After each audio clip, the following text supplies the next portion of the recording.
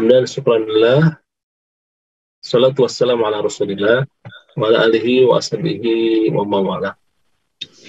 Ya, puji yang sejati, puja yang sempurna, marilah kita sampaikan kehadirat Allah Subhanahu wa taala. Ya, alhamdulillah di pagi hari yang berkah insyaallah ya. Di Senin pagi ini kita bisa berjumpa dalam program MQ Pagi, Ustaz. Sejatinya setiap hari Senin ini biasa kita panu bersama Ustadz kita ya, Ustadz Mulyadi Al-Fadil. Beliau terkendala karena sakit, Ustadz. Tentunya mohon maaf mohon doa dari seluruh jamaah. Mudah-mudahan sakit beliau menjadi pengumur dosa dan juga pengangkat derajat di sisi Allah Subhanahu wa taala. Satu insya Allah mudah-mudahan Allah mengangkat penyakitnya dan menyembuhkan kembali insya Allah.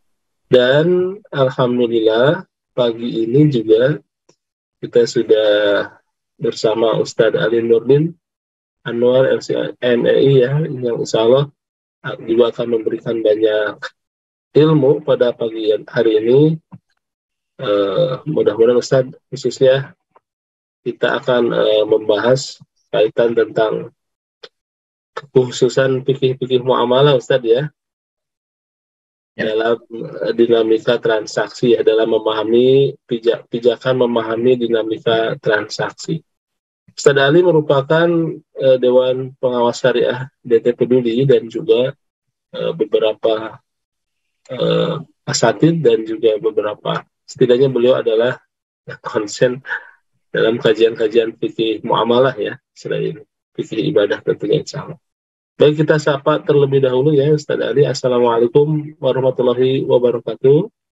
Waalaikumsalam warahmatullahi wabarakatuh. Ustadz Taufik. Damang Ustadz. Alhamdulillah, insyaallah, alhamdulillah. Semulihna damang. Alhamdulillah.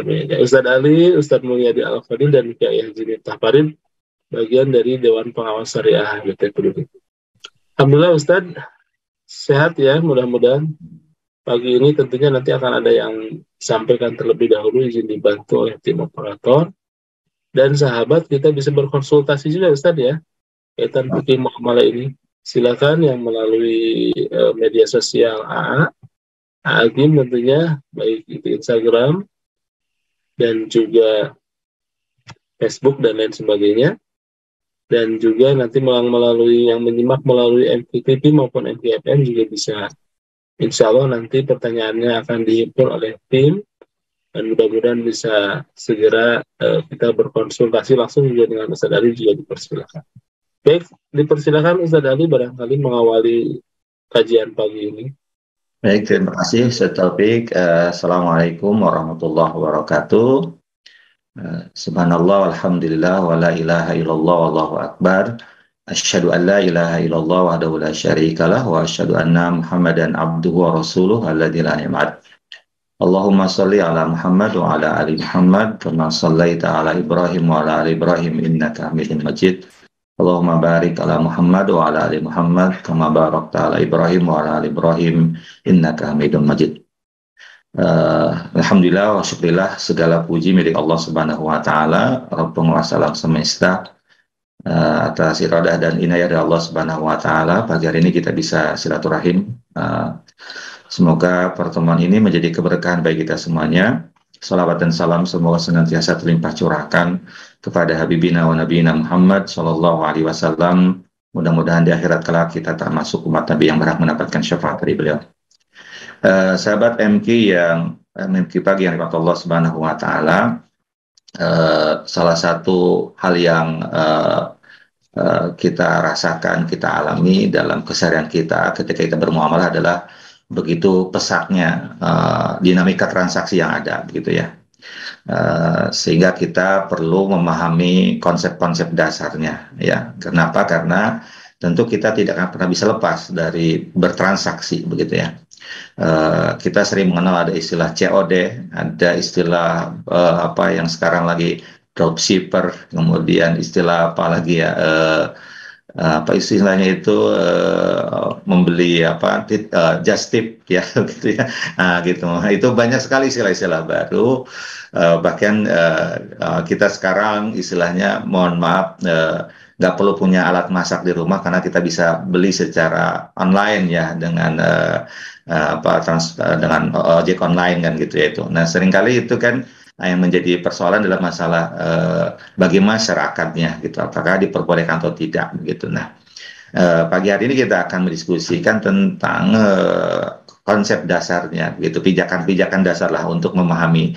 Minimal sebelum bertanya kepada Ustadz atau yang lebih kompeten di bidangnya, kita sudah punya pijakan ya, begitu ya, untuk bisa mengambil sebuah keputusan tentang apa ini boleh apa tidak boleh, begitu ya itu. Izinkan Ustadz untuk share materinya. Baik. Mudah-mudahan terlihat ya. Pijakan pertama, Bapak Ibu semuanya, adalah fikul muamalat yakumu ala asas al-mabadi al-ammah. Jadi fikul muamalah didasarkan pada prinsip-prinsip yang umum. Jadi biasanya kalau ngebahas dalil-dalil dalam Al-Quran maupun Sunnah tentang fikih muamalah itu tidak spesifik sebagaimana ibadah sholat, ibadah haji, detail begitu ya. Tapi kalau muamalah itu biasanya konsepnya konsep yang berdasarkan masih umum begitu ya. Sehingga di situ banyak sekali kesempatan untuk berijtihad begitu ya itu. Ruang untuk berijtihadnya luas sekali begitu. Dan ini juga sebenarnya hikmahnya bagi kita bisa lebih berinovasi begitu ya, sehingga nanti bisa menyesuaikan dengan kebutuhan masyarakat begitu ya itu.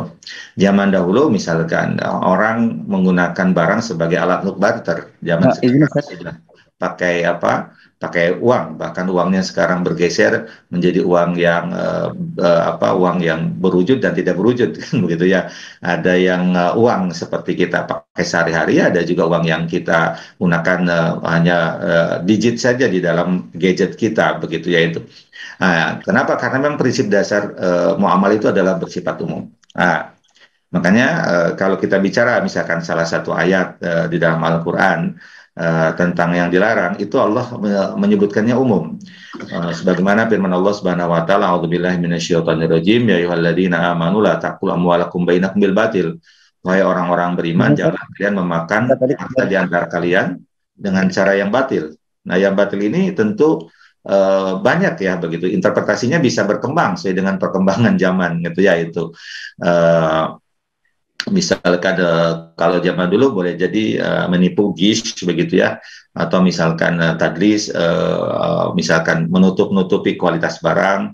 Kalau zaman sekarang mungkin yang batil itu mungkin bisa dengan dalam konteks sekarang banyak sekali begitu ya itu. Misalkan melakukan markup harga misalkan ya, yang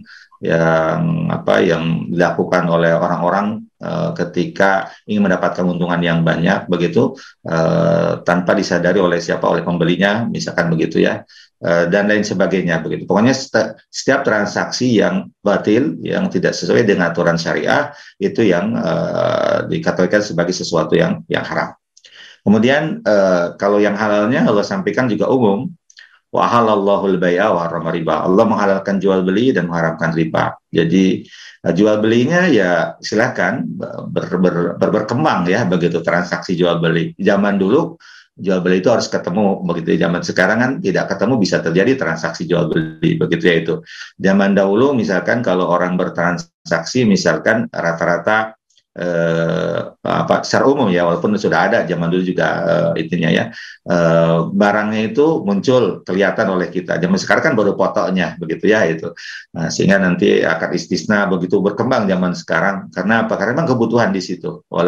Begitu ya itu. Jadi memang prinsip umum wa harrama riba, dan Allah mengharamkan riba. Ya, riba itu ya macam-macam ya, dan bersifat berkembang juga ya transaksi riba.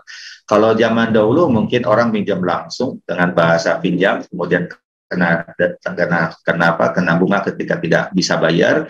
Zaman sekarang dengan dikemas dengan bahasa-bahasa yang lebih modern begitu ya, misalkan istilah pay letter, kemudian di situ ada kena bunga misalkan kan gitu ya itu. Pokoknya prinsip dasarnya adalah bersifat umum begitu ya, tidak secara detail.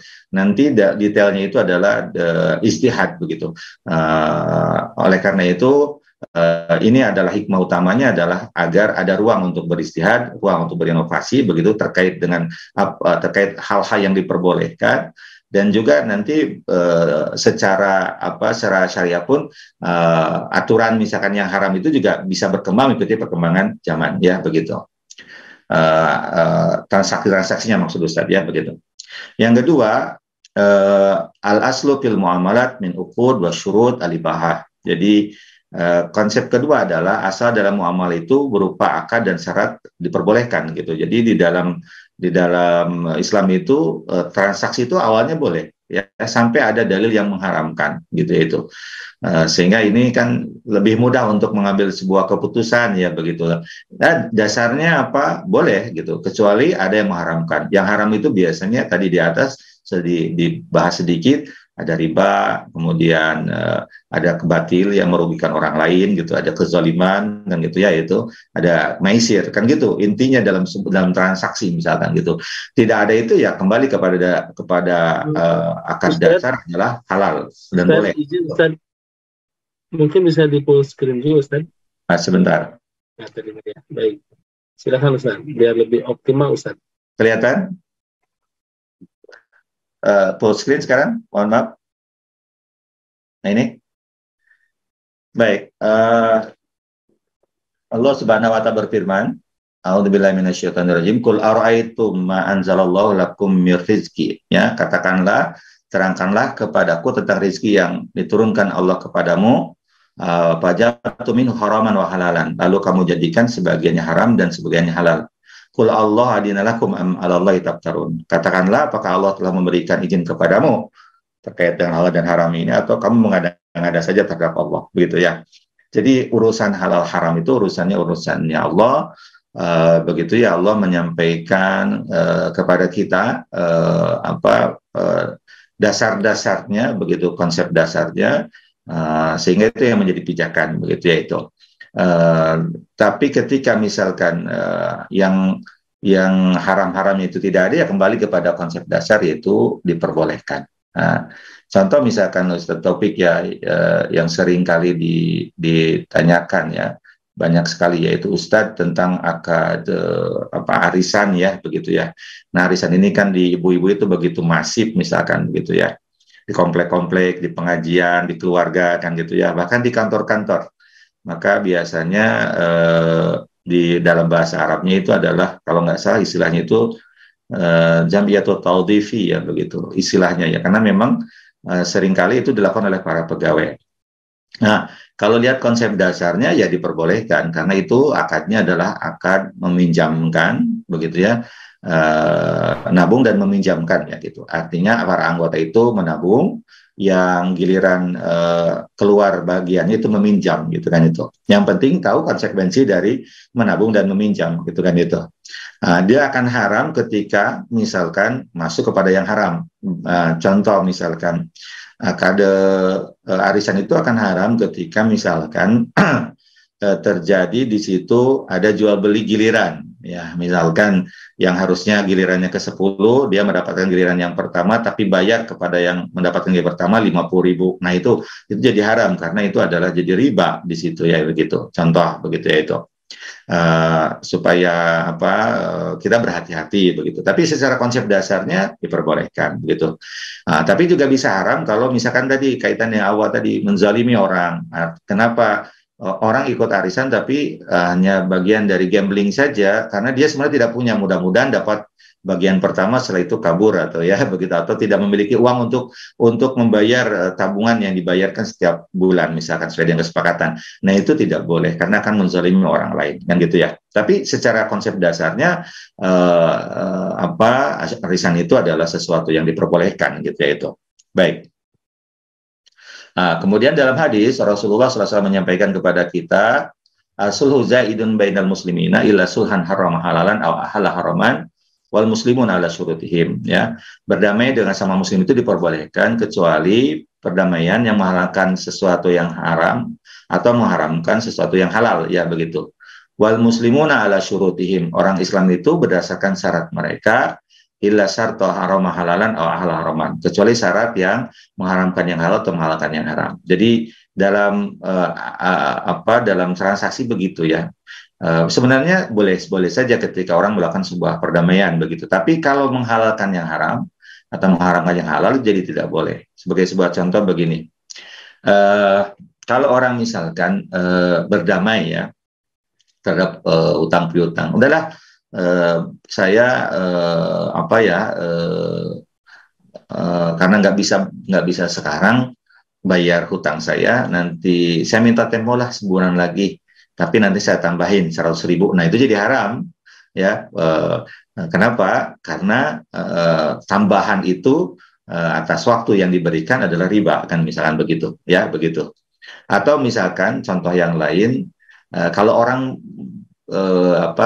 misalkan berhutang begitu yaitu, kemudian salah satu pihak terutama yang memberikan pinjaman lupa tuh berapa jumlah hutangnya, tapi yang tidak tahu yang berhutang tahu jumlahnya, misalkan hutangnya sih 10 juta, tapi yang minjemin nggak tahu karena orangnya baik gitu, nggak pernah mikirin berapa yang dia pinjamkan kepada temannya. Nah yang minjem tahu 10 juta, kemudian pura-pura dia bilang kepada yang meminjamkan itu, Kang, berapa ya utang saya itu kepada Pak Kang ya? Aduh, saya nggak tahu berapa ya. Kayaknya 5 juta, Kang. Ya nggak apa-apa, 5 juta aja lah bayar kalau ada uangnya sekarang. Dia bayar 5 juta. Nah, pada dia tahu itu haram hukumnya. Ya, haram bagi siapa? Haram bagi yang meminjam karena dia melakukan penipuan, gitu kan itu. Tapi kalau memang betul-betul terjadi, misalkan hutang piutang itu betul-betul karena ya kebiasaan masa kita kalau itu salah, tidak direkod, tidak dicatat, kemudian lupa, kemudian disepakati angkanya 5 juta, padahal misalkan hutang piutangnya 6 juta atau 4 juta, disepakati 5 juta, itu diperbolehkan. Contohnya begitu ya, itu. Jadi memang al-aslu fil muamalat al-ibahah, asal dalam muamalah itu adalah boleh gitu ya, konsep dasarnya. Nah, gitu. Makanya dalam Majmu' Fatawa disampaikan, fa inna mata manah anul kitab wa sunnah minal muamalat yaudu ila tahqiqil adli. Jadi keumuman apa yang dilarang dalam kitab dan sunnah dalam muamalah adalah untuk mewujudkan keadilan, wa nahi anil zulmi ya, dan melarang adanya kezaliman itu ya. Jadi kalau ada kezaliman di situ ya, maka jadi haram begitu ya. Mislu akil malil batil, sebagaimana memakan harta dengan cara yang batil ya, begitu. Wa jinsi minar riba, dan jenisnya ya termasuknya dari riba wal maisir dan juga judi ya gitu. Wa anwa'ir riba wal maisir, dan berbagai macam riba dan maisir ya, perjudian allati nahan Nabi sallallahu alaihi wasallam, yang dilarang oleh Nabi sallallahu alaihi wasallam, misla bai'il gharar, seperti jual beli gharar ya, begitu, yang tidak jelas barang yang ditransaksikannya ya, begitu. Wa bai'il habalah, jual beli misalkan anak dalam kandungan, anak binatang misalkan ya, masih dalam kandungan induknya bisa dijual gitu ya. Wabai tarifil hawa, jual beli burung masih terbang begitu ya. Wasamaki filma, jual beli ikan di dalam air, di kolam ya, begitu.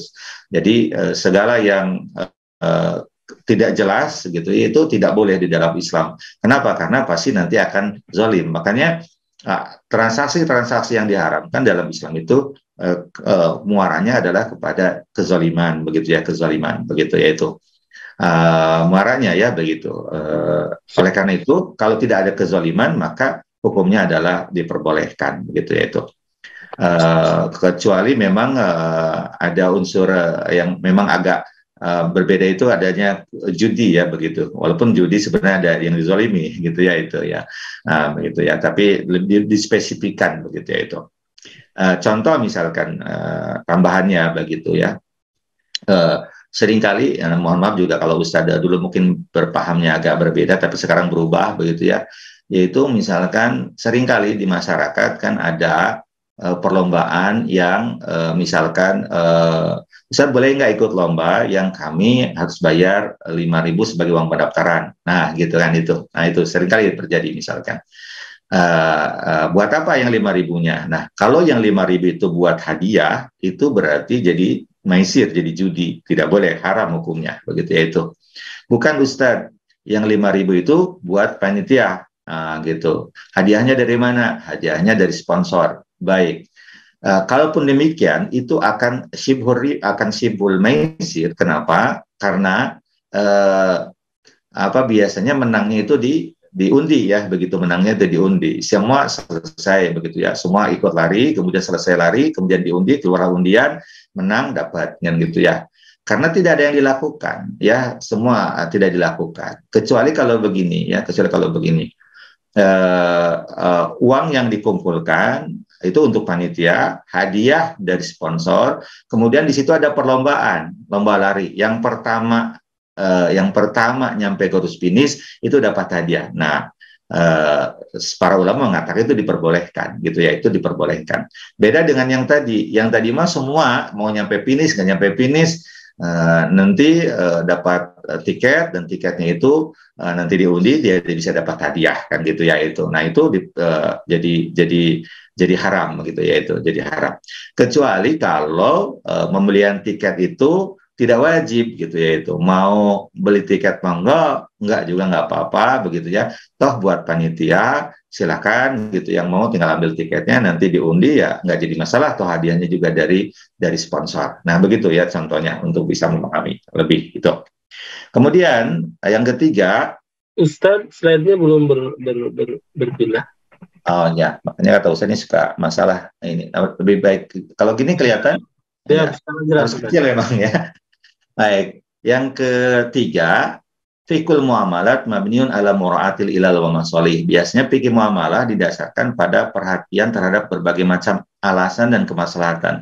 Jadi, kalau kita bicara muamalah itu, kalau ada yang diharamkan, mesti ada alasannya gitu. Jadi harus dicari itu ilatnya itu. Kenapa kok diharamkan gitu ya itu. Beda kalau sholat, ya kalau ibadah mahdoh begitu ya, ibadah itu nggak ada ilatnya. Pokoknya tawaf ya tawaf 7 putaran jangan nanya ilatnya kenapa gitu, tabudi saja gitu. Tapi kalau dalam muamalah ya harus lihat kenapa itu dilarang, apa kemaslahatannya begitu ya itu. Nah dalam al-muwaffaqat itu disampaikan bahwa al-aslu fil ibadati bin nisbati ilal mukallaf at-ta'abbud duna iltifat ilal ma'ani. Jadi asal dalam ibadah bagi kita mukallaf yang diperintahkan itu adalah ta'abbud, ngikutin aja, tidak boleh melihat apa di balik itu. Pokoknya mah laksanakan saja, begitu ya. Wal aslu al-adat al-iltifat ilal ma'ani. Tetapi di luar ibadah ya, termasuk muamalah di dalamnya adalah berarti kembali lihat kepada makna yang terkandung. Jadi kenapa dilarang? Lihat alasannya, gitu ya itu. Tadi kenapa riba dilarang? Karena zolim misalkan. Kenapa maisir dilarang? Karena juga zolim di dalamnya, gitu ya itu. Ada ilah. Tapi kalau dalam sholat misalkan itu tidak perlu melihat kepada kepada alasan, tapi kita cukup sami'na wa ata'na, taat saja kepada apa yang diperintahkan, gitu ya itu. Maka dalam penjelasan lebih lanjutnya pengarang kitab Al-Muwafaqat itu Imam Syatibi mengatakan bahwa kenapa bahwa dalam muamal itu adalah melihat kepada makna, karena al-istiqra, dianalisa semua yang terkait dengan transaksi-transaksi zaman dulu begitu ya. Kenapa ada diperintahkan, pada dilarang, itu paina wajana syari qasidan libasul ibad. Jadi kenapa dilarang itu karena kita bisa mendapati bahwa syariat melarang itu karena untuk kemaslahatan manusia begitu ya. Dan hukum-hukum yang terkait dengan adat itu berkait dengan itu. Selama ada kemaslahatan diperbolehkan begitu ya itu. Selama tidak bertentangan dengan konsep-konsep dasarnya begitu ya itu. Fatarosya al-wahid yumna pihal la takunu fi maslahatun fa idza kana fi maslahatun jaz ya. Oleh karena itu kita bisa menganalisa terkadang dalam satu transaksi itu dilarang karena dilarang, tapi dalam transaksi lain diperbolehkan karena ada kemaslahatan gitu ya. Contohnya adalah kalau kita tukar menukar ya, tukar menukar itu kan harus sama dan dibayar saat itu, cash and carry ya. Misalkan kita menukar uang rupiah 1 juta dengan uang rupiah 5.000-an juga jumlahnya 1 juta, itu harus cash and carry. Tidak boleh uang 1 jutanya yang 100 ribuan sekarang, yang 5.000-annya besok harinya, itu nggak boleh. Begitu ya itu. Kenapa? Karena apa? Karena itu namanya riba nasiah kata para ulama gitu. Tapi Tapi aneh gitu ya.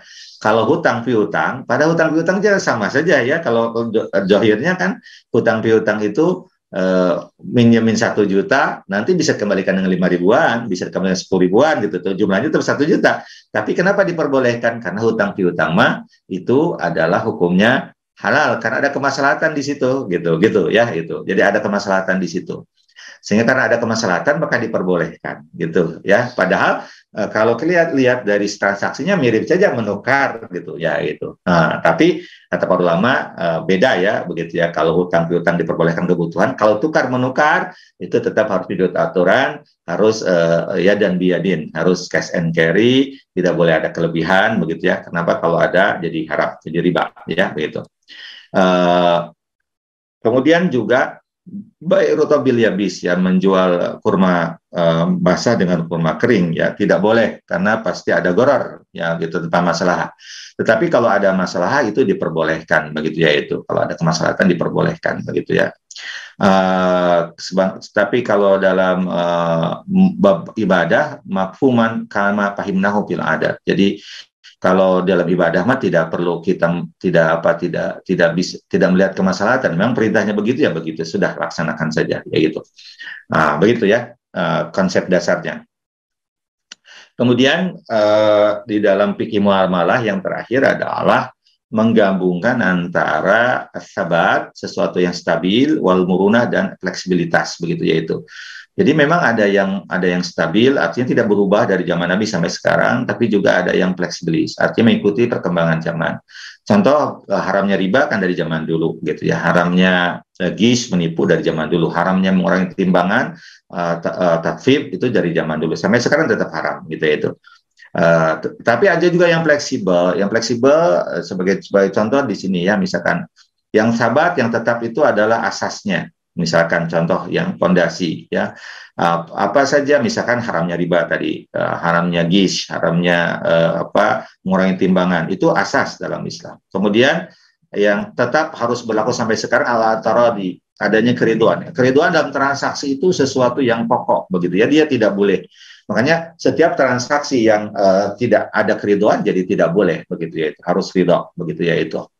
Kemudian sisi makosid syariahnya itu juga tidak berubah, bahwa makosid syariah dari transaksi itu adanya, dari muamalah itu adanya keadilan, gitu kan itu. Makanya setiap transaksi yang menghilangkan keadilan, mengenyahkan keadilan, tidak ada keadilan di dalamnya, itu tidak diperbolehkan. Yang murunah biasanya wasail, alatnya begitu, toolnya ya.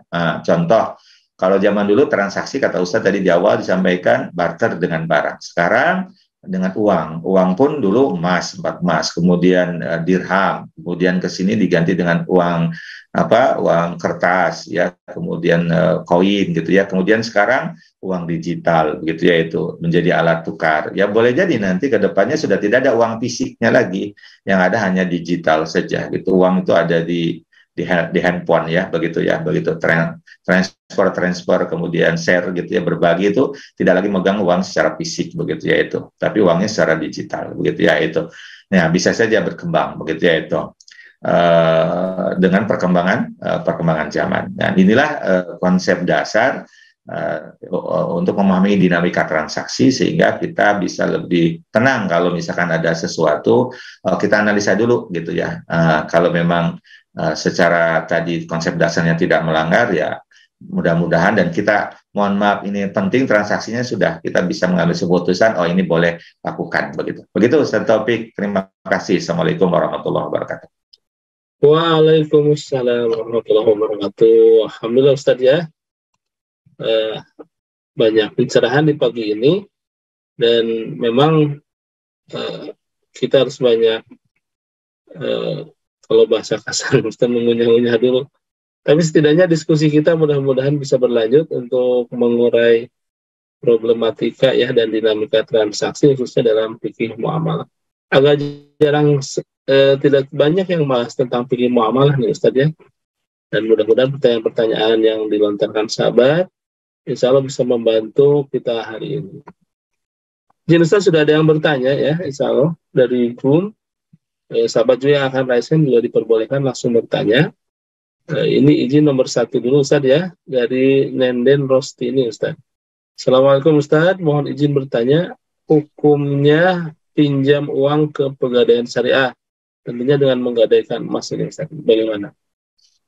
Ya, tadi kita lihat konsep dasarnya gadai itu kan diperbolehkan, ya, dan itu sudah ada dari zaman dahulu begitu ya itu. Bahkan nih, Itu ya. Kemudian yang kedua adalah ketika misalkan meminjam uang, apakah di pegadaian itu ada bunganya apa tidak? Kalau ada bunganya itu tetap haram. Nah, makanya biasanya kalau sepengetahuan Ustadz, mohon maaf kalau salah ya, tapi sepengetahuan Ustadz terkait pegadaian syariah adalah yang menjadi kewajiban kita ke pegadaian adalah biaya yang harus kita keluarkan karena pegadaian harus merawat misalkan barang yang digadaikan oleh kita, sehingga itu yang menjadi beban kita. Jadi misalkan kita minjam 10 juta menggadaikan misalkan anggaplah 20 gram. Nah, gitu. Yang kita bayarkan ke pegadaian bukan karena pinjaman 20 juta, misalkan 1% atau 2% dari 20 juta, bukan. Tapi adalah biaya real yang dibutuhkan oleh pegadaian untuk merawat misalkan emas yang disimpan di pegadaian sebagai jaminan, dan itu kan harus ada biaya satpamnya ya, harus dijaga ya, safe deposit boxnya kan gitu ya, ruang penyimpanannya kan disewa oleh kita, kemudian mungkin biaya biaya terkait dengan itu semua ya, listrik dan sebagainya, sehingga lah keluarlah angka misalkan begitu ya, berapa.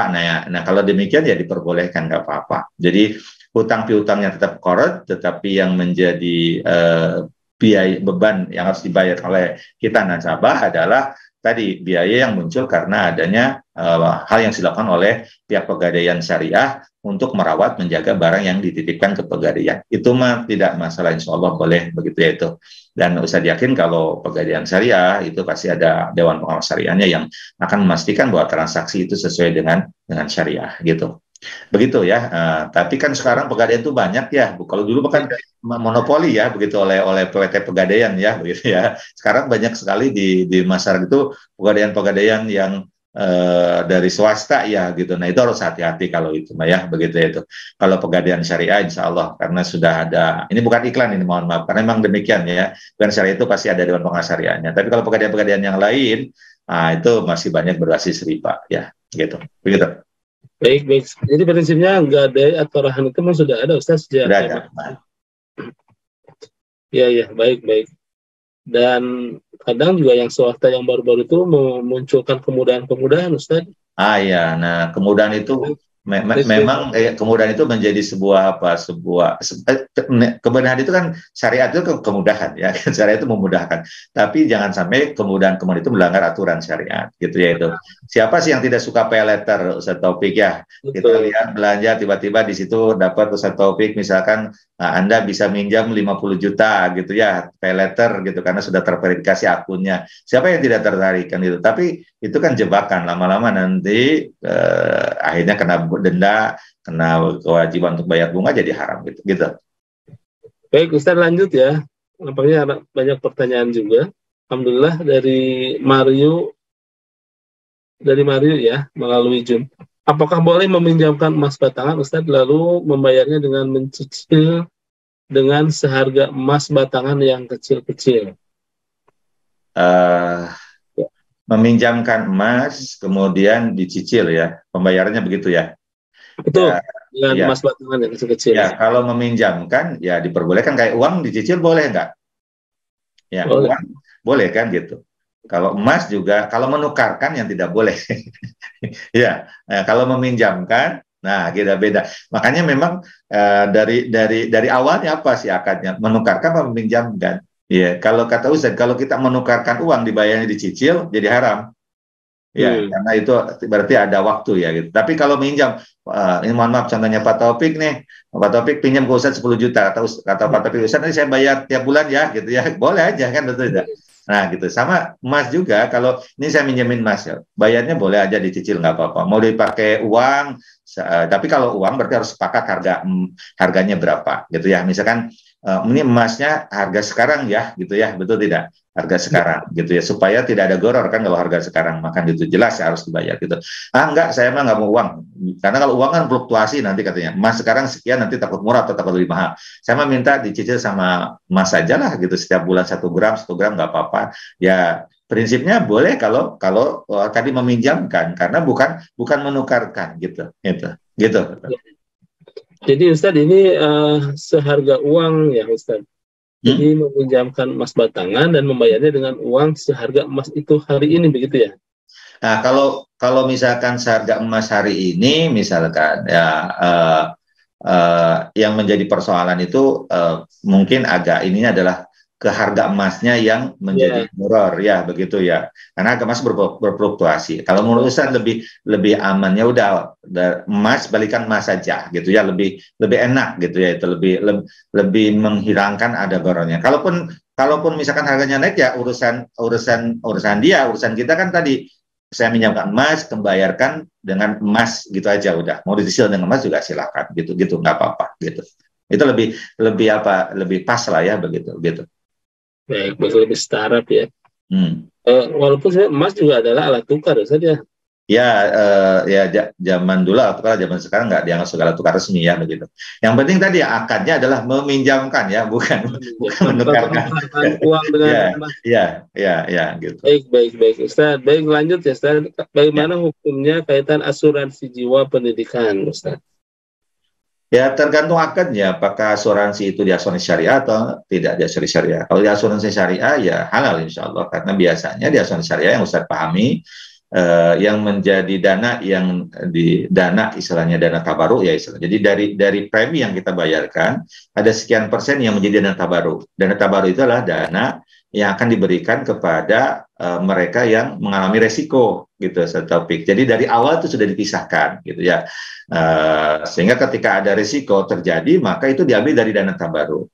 Dana tabaruk ini sifatnya ya kayak sedekah lah bahasanya. Cuma kalau sedekah kan bahasanya gini, kalau sedekah kan nggak boleh diambil lagi oleh kita, ya, yang sudah memberikan itu sedekah kan begitu ya itu. Tapi kalau tabaruk itu biasanya yang memberikan boleh mendapatkan. Kayak kalau di kampung-kampung dari zaman dulu ada istilah perelek ya, biasanya beras yang disimpan di rumah nanti diambil oleh petugas. Nanti kalau ada orang yang meninggal dunia, nggak usah bayar bagi penggali kuburnya, nggak usah bayar untuk kain kafannya.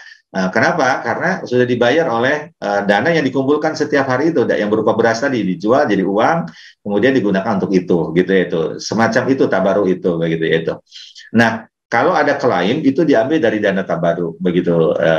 Dan tentu dana tabaruk tidak didiamkan, biasanya diinvestasikan juga untuk bisa mengcover resiko yang ada, begitu ya itu. Nah, kalau model demikian nggak jadi masalah, insya Allah ya begitu. Tapi kalau asuransinya asuransi di konvensional pasti berbasis bunga. Yang kedua juga kita nggak tahu perusahaan itu investasinya di apa, pakai investasinya di hal apa tidak. Kalau syariah kan pasti ketika investasi syariah, karena ada dewan pengawas syariahnya yang mengawasi transaksi yang dilakukan oleh perusahaan asuransi syariah. Begitu aja ya. Jadi kalau dalam muamalah udah aja lihat labelnya ada syariah apa tidak, begitu. Kalau ada syariahnya ya sudah. Tapi harus hati-hati, syariahnya benar-benar syariah begitu ya. Artinya harus ada DPS-nya dari DSN misalkan gitu ya. Kemudian dari sisi akadnya juga bisa dilihat gitu oleh kita, dibaca. Kita harus cerdas lah begitu untuk mengetahui akad-akad yang ada begitu. Baik, alhamdulillah. Dilanjutkan Ustaz ya. Tadi pertanyaan kaitan asuransi jiwa, yang selanjutnya dari Dede Solihah. Ustaz, maaf izin bertanya, kalau cicil emas di bank syariah, apa ya hukumnya diperbolehkan Ustaz? Memang kalau fatwa DSN itu emas boleh dicicil karena emas bukan sebagai alat tukar, topik. Jadi emas itu sekarang dianggap sebagai barang gitu. Karena memang ada fatwa zaman dahulu juga yang mengatakan bahwa ketika emas itu tidak lagi menjadi alat tukar, maka dia berubah menjadi barang, sehingga boleh. Itu adalah ya ijtihad saja merusak sesuatu yang memang ya mungkin ada yang pro, ada yang kontra, begitu ya itu. Ada pro dan yang kontra, karena memang kalau fatwa terutama kalau fatwa yang terkait hal-hal yang muamalah itu kan ijtihadi tadi kata bisa di awalnya begitu ya itu. Kalau zaman dulu memang dilarang oleh Nabi karena emas itu sebagai alat tukar gitu ya, Dinar alat tukar dirham itu ya saja. dinar dirham gitu ya itu. Bahkan emas sendiri juga sebagai alat tukar ya, walaupun tidak berbentuk dinar sekalipun, karena diakui sebagai alat tukar gitu. Jadi barter lah ya begitu.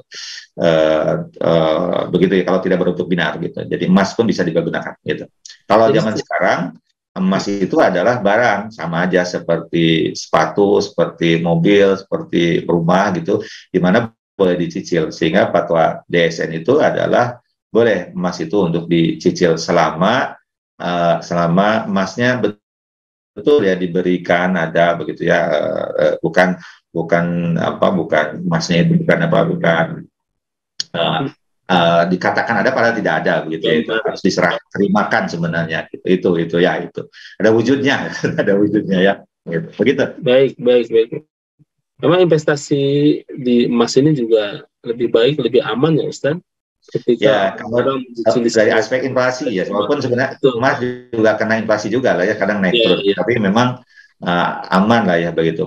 Kalau Ustadz sih menyarankan bahasanya tidak nyicil, kita beli yang dikit-dikit aja. Kan sekarang ada mini gold atau apa begitu ya, Ya, beli gitu lah gitu ya, gitu. Atau kalau nggak 10 gram 1 gram kita beli, nanti kalau sudah besar nanti ditukar gitu aja, apa-apa. Lebih kalau misalkan misalkan pemahamannya aduh Ustadz katanya banyak di luar itu yang ngomong begini tentang mencicil di emas itu dengan uang itu dianggap sesuatu yang masih berbau riba begitu ya.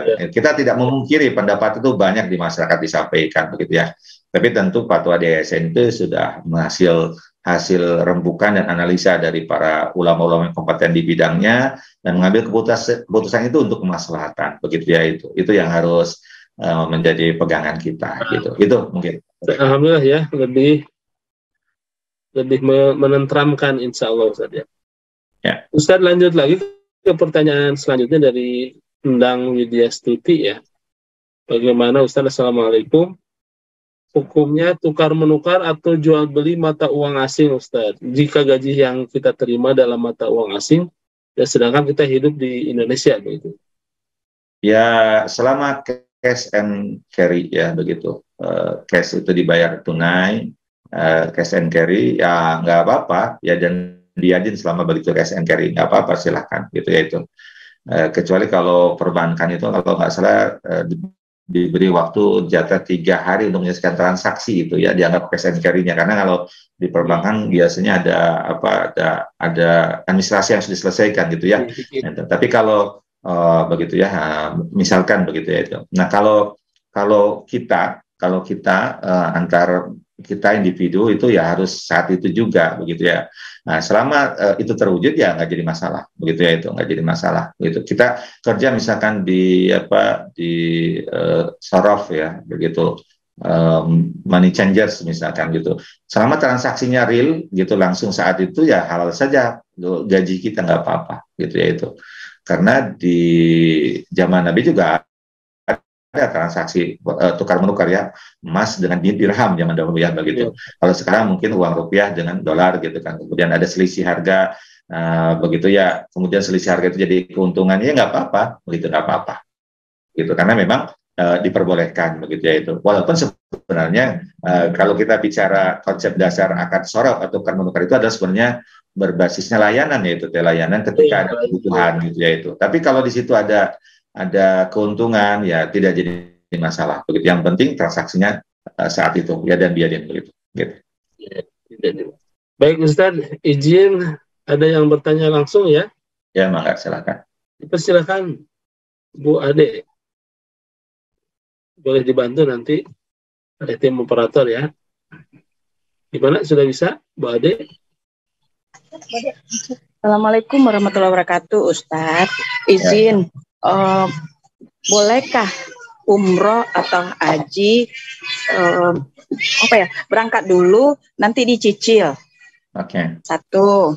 Yang kedua, boleh nggak menyicil emas batang itu melalui bank syariah? Jadi umpamanya kita beli 25 ya Bu, uang depannya uang ininya baru 6 juta, nanti dicicil Bu, kayak gitu. Apa hukumnya?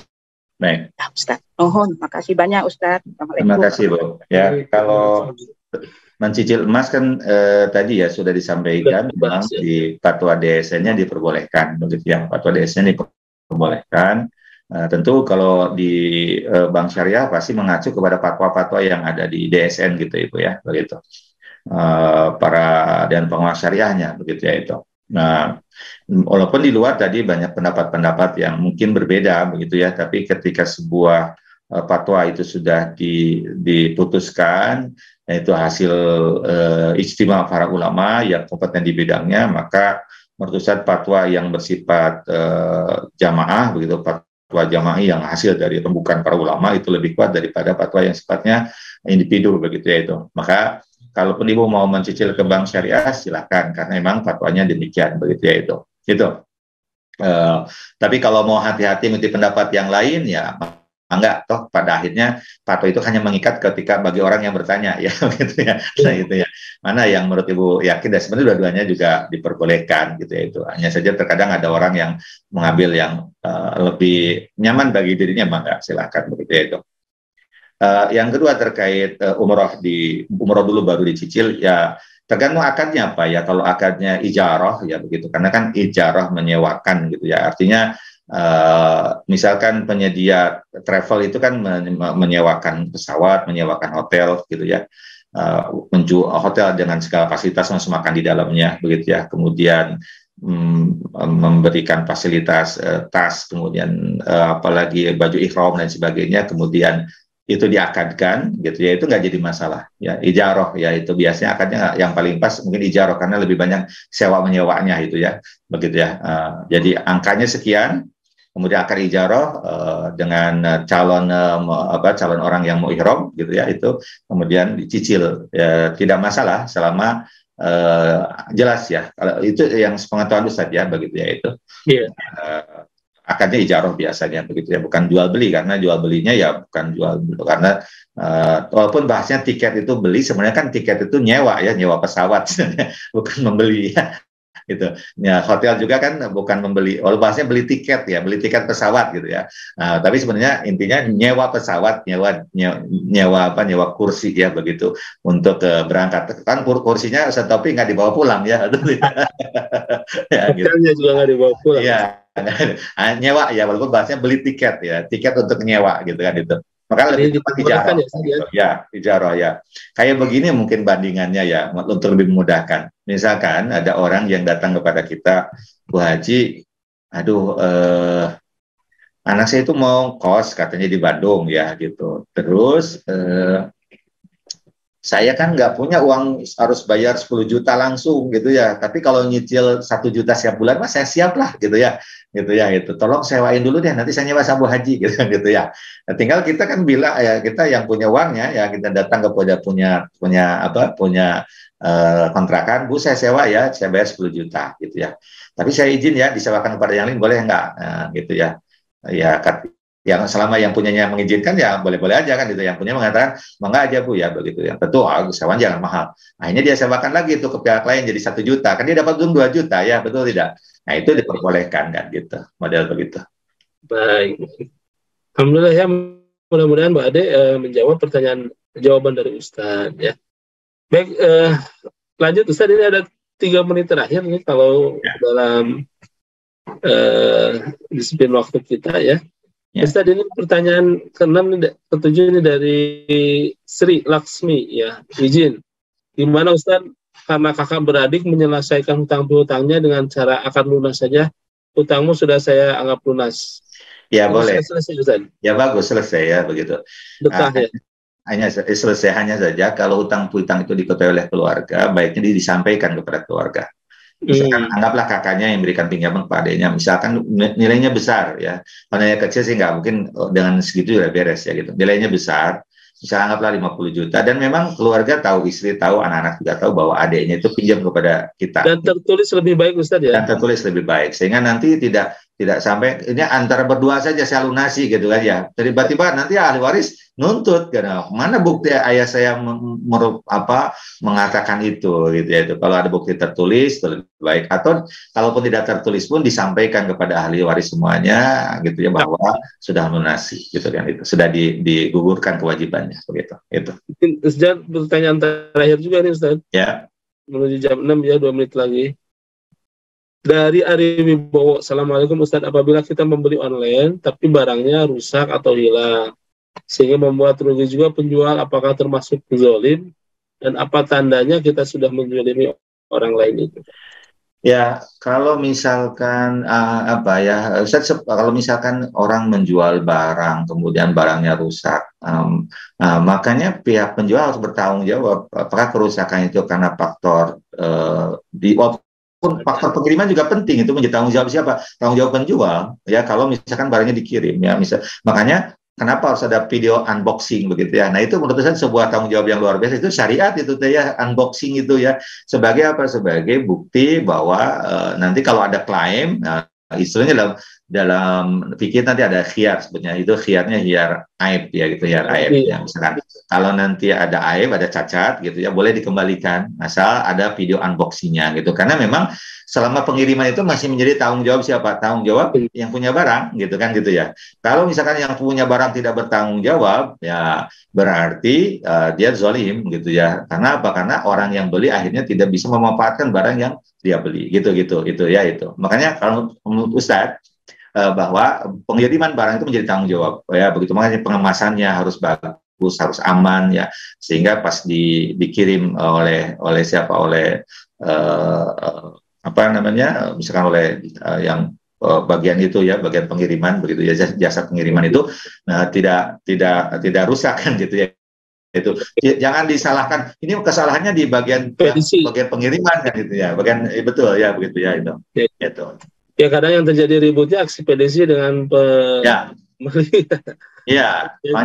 makanya penjual itu kalau barangnya harus dikirim bertanggung jawab sampai barang itu diterima begitu ya, itu. Jika tidak mengikuti kaidah termasuk kaidah zalim ya Ustaz. Iya betul.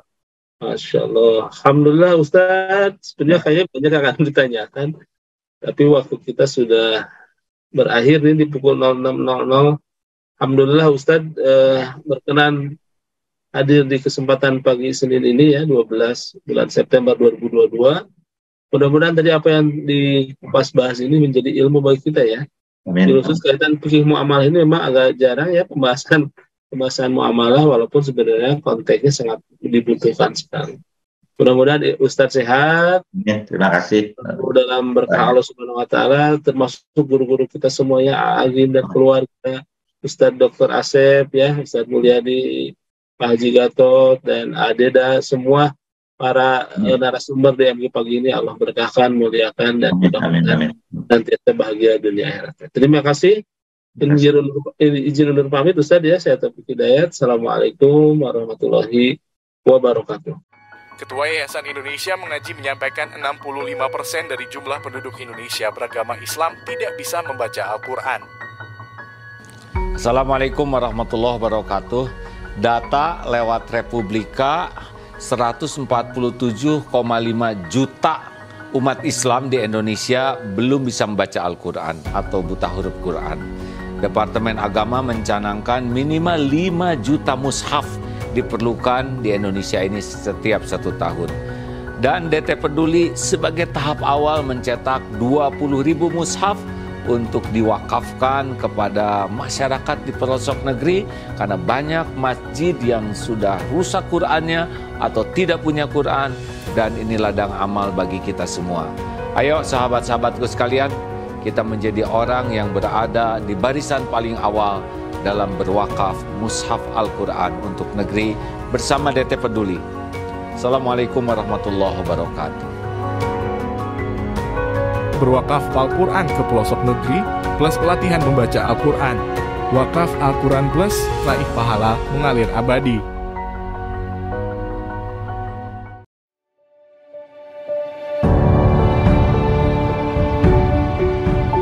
Saudaraku sekalian, ini adalah kawasan Eko Pesantren 2 di daerah Parompong. Masya Allah, luasnya 4,6 hektar dan di sini akan segera dibangun masjid dan pesantren. Islam sangat serius untuk menjaga kelestarian alam, rahmatan lil alamin. Dan mudah-mudahan menjadi ladang amal bagi siapapun yang memang merindukan membangun masjid, membangun lembaga pendidikan. Inilah kesempatan untuk beramal. Saya sangat senang sekali di daerah saya akan dibangun pembangunan masjid sama pesantren. Semoga pembangunan di sini lancar dan diberkahi sama Allah.